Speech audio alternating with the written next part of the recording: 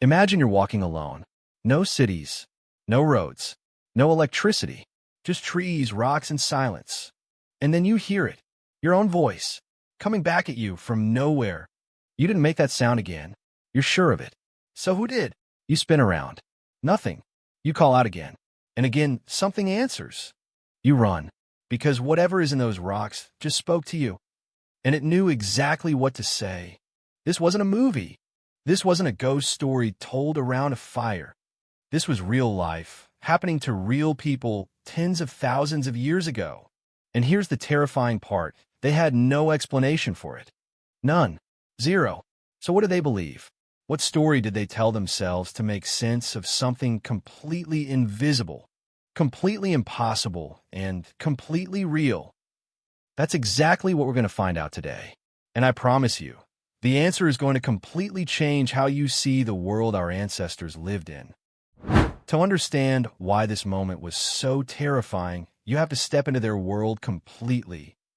There are no books, no science, no woo-woo, no one alive who has ever explained what sound actually is. Your entire understanding of reality is built on what you can see, touch, smell, and taste. The world works by rules you learn through experience. Fire burns, water flows downhill, animals bleed when they're cut. But sound disappearing and reappearing? That broke every rule. Early humans weren't stupid. Let me be very clear about that. They were solving incredibly complex problems.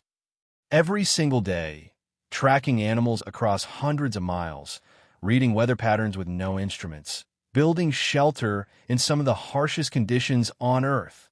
But they had a framework for the world, and an echo didn't fit inside it. And when something doesn't fit your framework, your brain doesn't say interesting anomaly. Your brain says danger. So picture this, a hunting party deep in a valley. One of them shouts to warn the others about movement ahead. And from the cliffs above, the sound comes back. Different, slightly delayed, like something mimicking them. Every instinct in their body said the same thing. Something is up there. Something is watching. Something is repeating our words back at us. And that something was not human. Across almost every ancient culture on Earth, independently, with no contact with each other, humans reached the same conclusion about echoes. They were voices of the dead. In ancient Greece, they believed a forest nymph named Echo was cursed to repeat only the last words spoken to her. In Norse mythology, the sounds in mountain valleys were spirits communicating from another realm. Indigenous cultures across North America believed that certain canyons were sacred because the land itself could speak. Different languages, different continents, same exact belief. That's not a coincidence. That's what happens when human minds encounter the same phenomenon with the same level of understanding. They build the same story, and that story always involved something supernatural, something on the other side. Think about what an echo actually feels like if you've never encountered the concept before. You say something, you wait half a second, and the world answers you. Not just any answer, your exact words, in your exact voice. Your own voice, coming from somewhere else. That is one of the most disorienting experiences a human being can have. And our ancestors had it constantly, in canyons, in caves, along cliff faces, across still water at night. Imagine hearing your dead mother's voice echoing back in the dark. You'd believe too. Here's something that most history books completely skip over. Researchers studying prehistoric cave paintings have discovered something remarkable. The most decorated sections of caves, the areas with the most paintings, also had the strongest echoes. This wasn't random. These weren't just pretty spots chosen for lighting. In cave after cave across Europe and Asia, the same pattern emerged, where the sound bounced back the hardest. That's where ancient humans painted. They weren't just decorating walls. They were marking the places where the spirit world talked back. Researchers like Stephen Waller and Igor Reznikov spent years studying this connection. They found that in places like Lascaux in France, one of the most famous prehistoric cave systems on Earth, the painted areas consistently corresponded to acoustic hotspots. The animals they painted weren't random either. They painted the animals whose sounds the echo seemed to mimic. A cave that echoed a low, rumbling sound, painted with bison. A section that threw back sharp. High calls, painted with deer. They weren't just seeing the world, they were hearing it too. And they believed the two were connected. This changes everything about how we think of early human art. It wasn't decoration. It wasn't storytelling in the way we understand stories. It was communication, with whatever they believed lived inside those echoing walls. So when did humans actually figure out what an echo really was? The answer is going to surprise you. It took thousands of years, and even then, not everyone believed it. The first recorded attempt to scientifically explain an echo came from Aristotle, around 350 before Common Era. He described it as sound bouncing off solid surfaces, similar to how light bounces off a mirror.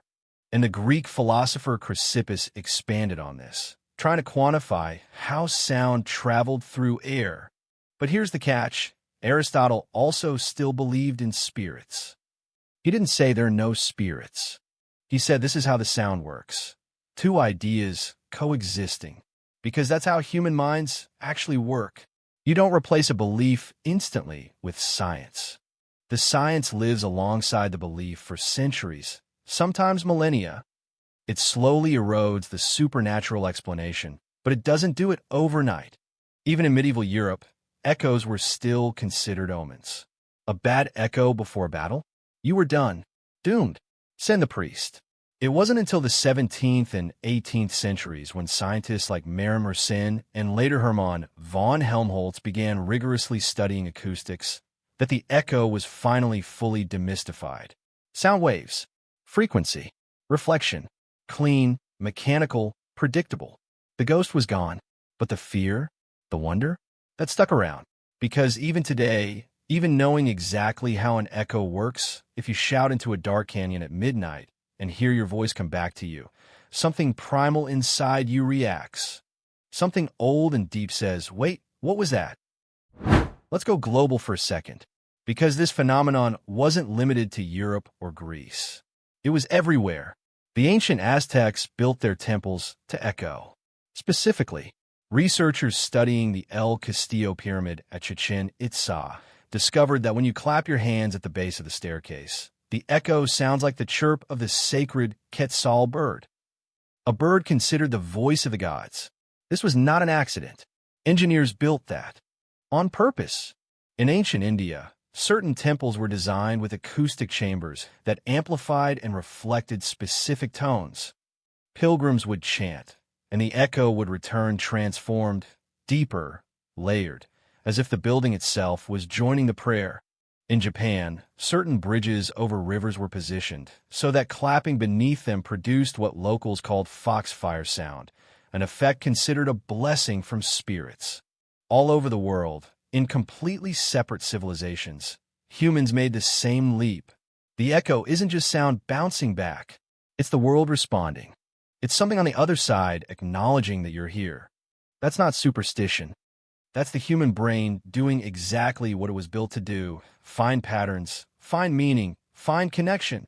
An echo gave them a connection they couldn't explain, so they called it sacred. Here's the misconception I want to completely demolish right now. Ancient humans were not gullible. They were not naive. They were not primitive minds fooled by simple tricks. When we look back at history and see that people believed echoes were ghosts, we have this reflex to feel superior, like we would have figured it out immediately, like we would have known better. But would we? Really?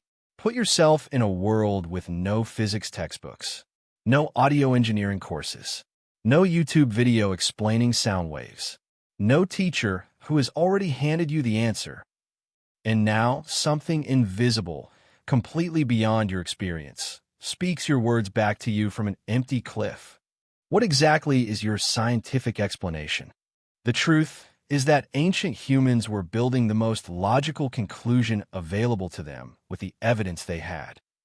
And they were right about the important part. They were right that something was happening, something real, something worth paying attention to. They just got the mechanism wrong. But the instinct, The instinct to stop, to listen, to ask, what is this? That was perfect. That instinct is what led humans to eventually discover the actual answer. Curiosity doesn't come from certainty. It comes from mystery. An echo was one of the greatest mysteries our species ever encountered. Here's what I keep coming back to when I think about this story. We solved the echo. We have a science. We know exactly what it is. And somehow, it got less interesting. When ancient humans heard an echo, they felt something. Wonder, fear, connection. The universe felt alive to them. The rocks had a voice. The mountains could hear you. What do we feel when we hear an echo now? Most of us don't even stop. I'm not saying science was wrong. Science was completely right. But somewhere in the process of explaining everything, we might have lost the ability to be stopped in our tracks by it. Our ancestors didn't have answers, but they had awe. And I made them paint those caves. I made them build those pyramids. I made them ask questions that eventually led to every scientific discovery we've ever made. The echo that haunted the first humans, it never stopped echoing. It bounced off cave walls into Greek philosophy, into medieval music, into acoustic engineering, into the speaker system playing sound in your ears right now. Every time we try to understand something mysterious, we're doing exactly what that first human did standing in that valley. We're listening and asking what is out there. If you made it this far, honestly, thank you. You're exactly the kind of person this channel is built for. If this made you think about the world a little differently, hit subscribe. We've got a lot more of these coming. Ancient mysteries, forgotten science, and the stories behind the things we take completely for granted. Next time, we're going back even further. And trust me, you will not see it coming. Stay curious.